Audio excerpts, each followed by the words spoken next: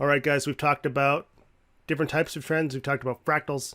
How do we actually identify trends in order to use them? Well, there are a few different ways. We're going to talk about a couple of those now. I'm going to start with moving averages.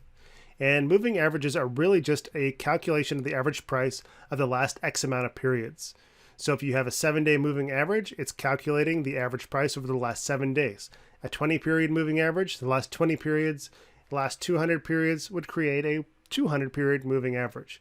Now you can use two different lines with different speeds, meaning one could be a 20-day moving average, one could be a 200-day moving average. And that is what we've done in this example here. Our light blue line is a 20-period moving average, so it's using the last 20 prices on every update. So every day it gets a new price, creates a 20-day moving average calculation, and then plots that price point right on the blue graph.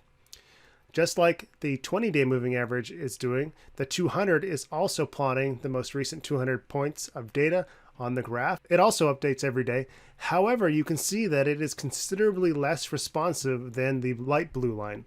Every time we get an upswing, we can see our light blue line responding, and really our 200-day doesn't do anything until we reach a point where we have been trending upwards for quite a while. That's because this trend uses the last 200, so a lot more data in order to change its calculation.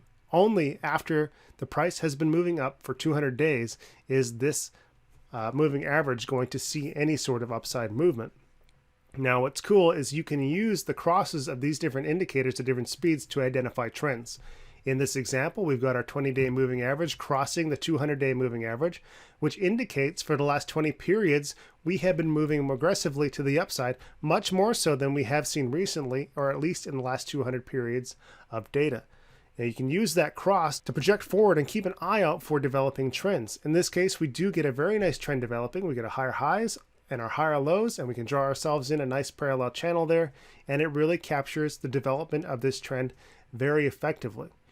We need to also keep in mind, though, that these are lagging indicators. They look historically. So while we have a nice cross here that happens to work out in identifying this particular trend, we fall out of this trend, we see a backtest of our support and a total collapse, and only several days later do we see a cross indicating that the trend is changing. So we need to be aware that these can be good, excellent tools for identifying trends. They are also lagging indicators. They have told us what has already happened in the past, and that's important to remember. Another cool thing about moving averages, they can often act as areas of support and resistance. We can see here our 200-day moving average comes down, becomes an area of resistance before getting back tested. Again, comes back down, acts as support multiple times before being broken, back testing as a resistance, and then having the price collapse. So, moving averages, very, very useful for identifying trends on both short and long-term resolutions, and we can be using the crosses of different speeds to identify trend changes and project trends into the future so that we can utilize them for trading.